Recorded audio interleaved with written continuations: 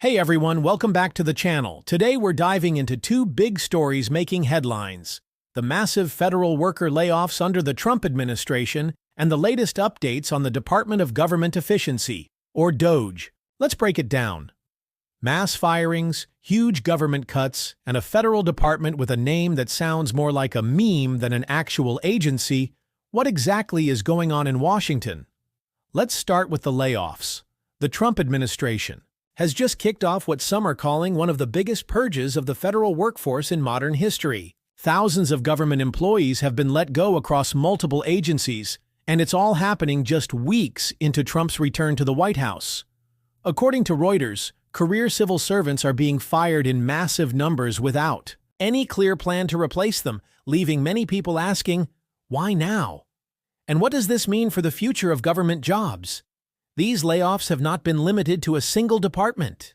Politico reports that health agencies, including the CDC and NIH, have seen significant staff reductions, raising concerns about public health preparedness.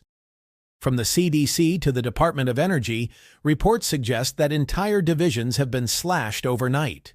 Politico has reported that some of the hardest-hit areas include public health and environmental protections, sparking concerns over how these cuts might impact everyday Americans. Mass firings within health agencies have sparked fears about the nation's ability to respond to health crises. One of the biggest shakeups is happening in the immigration court system. The Trump administration has fired 20 immigration judges, including 13 who were awaiting swearing in and 5 assistant chief immigration judges. Now keep in mind, these immigration courts are already drowning in a backlog of more than 3.7 million cases. And here's the kicker: the Department of Justice hasn't said whether these judges will even be replaced. So, with Trump pushing for mass deportations, cutting down the number of judges might end up slowing the process down even more. The layoffs are part of Trump's broader push to reduce what he calls wasteful government spending. But critics say this isn't really about saving money, it's about control. By clearing out officials who don't align with his administration's priorities, it gives him more influence over how government agencies function.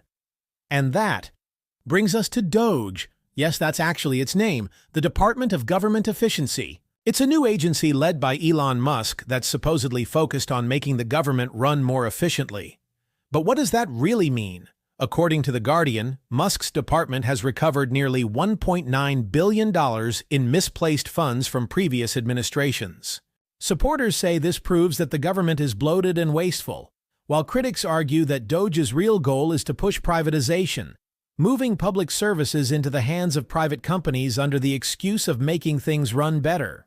And speaking of layoffs, the Internal Revenue Service, IRS, is preparing to lay off up to 15,000 probationary employees right in the middle of tax season.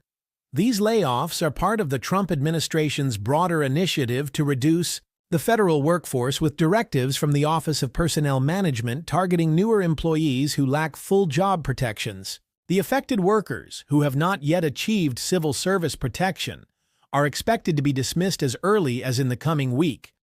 This move coincides with the IRS's ongoing efforts to process over 140 million tax returns, raising concerns about potential delays and disruptions in tax processing and customer service. The decision follows a visit from an official of Elon Musk's Department of Government Efficiency who assessed the IRS's technology and auditing processes.